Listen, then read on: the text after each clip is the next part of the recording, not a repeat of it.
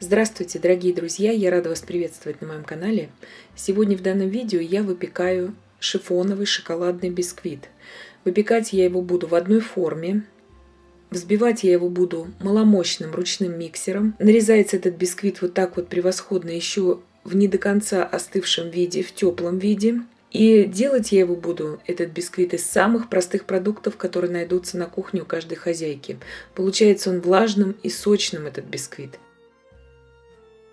Форма у меня сегодня одна на 20 сантиметров. Я ее еще потом простелила тефлоновым ковриком по бокам. Я покажу это далее в видео.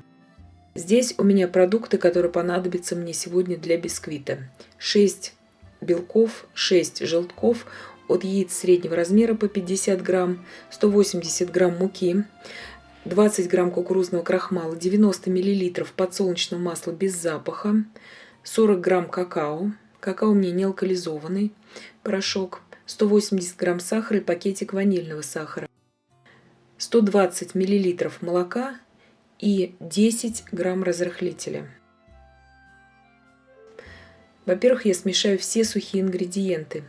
Это мука, какао и разрыхлитель. И обязательно перемешаю это венчиком, чтобы потом не было крупинок в тесте, белых. Сейчас я взбиваю белки с ванильным сахаром, и 1/4 от всего количества сахара я отправляю в белки.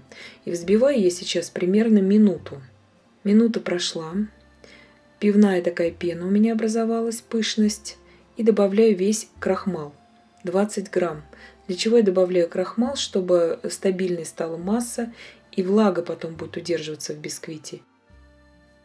Еще 3 минуты я повзбивала уже вместе с крахмалом, и получаются вот такие вот подрагивающие пики. На шифоновый бисквит вот именно так взбиваются белки. Если я их переворачиваю, то они у меня не выпадают из емкости для взбивания, но пики подрагивающие. Теперь я буду взбивать желтки. Заранее в желтки ни в коем случае не добавляем сахар. Сахар я ввожу в 3 приема и взбиваю желтки примерно 4 минуты. Вот до такой побелевшей пышности. Желтки даже взбиваю немного подольше, чем белки, потому что желтки субстанция тяжеловатая такая. Теперь я добавляю в 3 приема белки в желтковую массу и аккуратно лопаткой, вот такими складывающимися движениями сверху вниз я все это перемешиваю. И вот такая вот пышная масса у нас должна получиться. Теперь я добавляю туда 120 миллилитров молока. Молоко должно быть слегка теплым. Это важно. И также 90 миллилитров подсолнечного масла без запаха. Перемешиваю также аккуратно лопаткой. И теперь я просеиваю сухую смесь уже где-то примерно в 5-6 приемов. То есть не сразу я все это ввожу. Это важно тоже, чтобы бисквит у нас не осел. Потому что какао всегда сложнее даже перемешивается, чем мука. И вот таким образом я ввожу всю сухую смесь в тесто. Вот такое тесто у меня на выходе получается.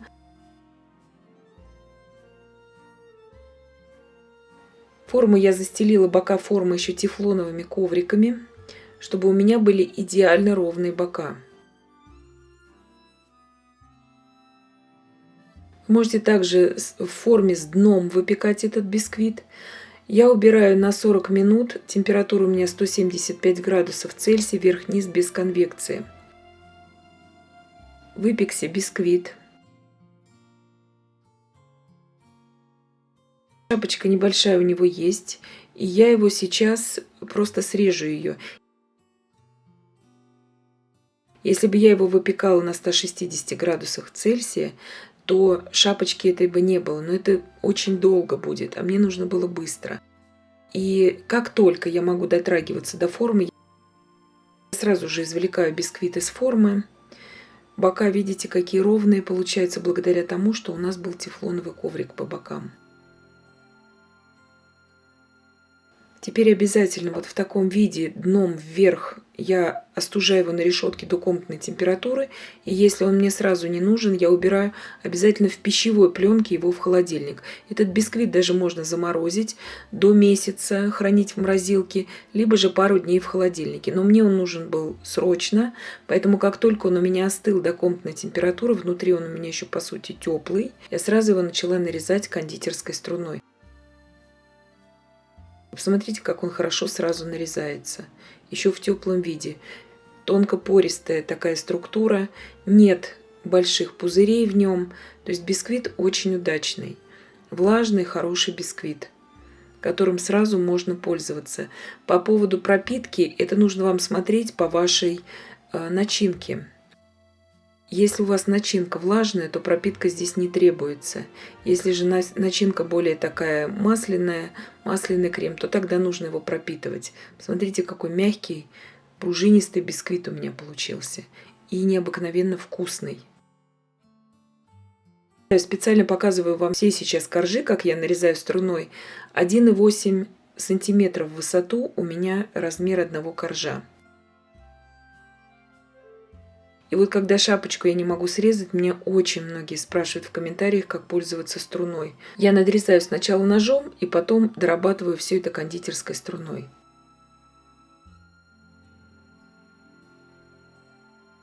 Вот этот последний корж я буду использовать в качестве нижнего самого коржа у торта. И все, у меня получится торт с 4 коржами. И вот такой обрезочек, по сути, у меня остается. Не такой уже и большой. С ним можно попить чай. Очень вкусный. И вот такой влажный, смотрите, какой пружинистый, эластичный бисквит у меня получился. Из самых простых продуктов очень удачный бисквит. Ручным маломощным миксером 240 Вт.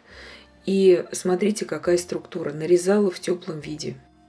И я надеюсь, что видео было полезным и познавательным. Подписывайтесь на мой канал, ставьте лайки, пишите комментарии.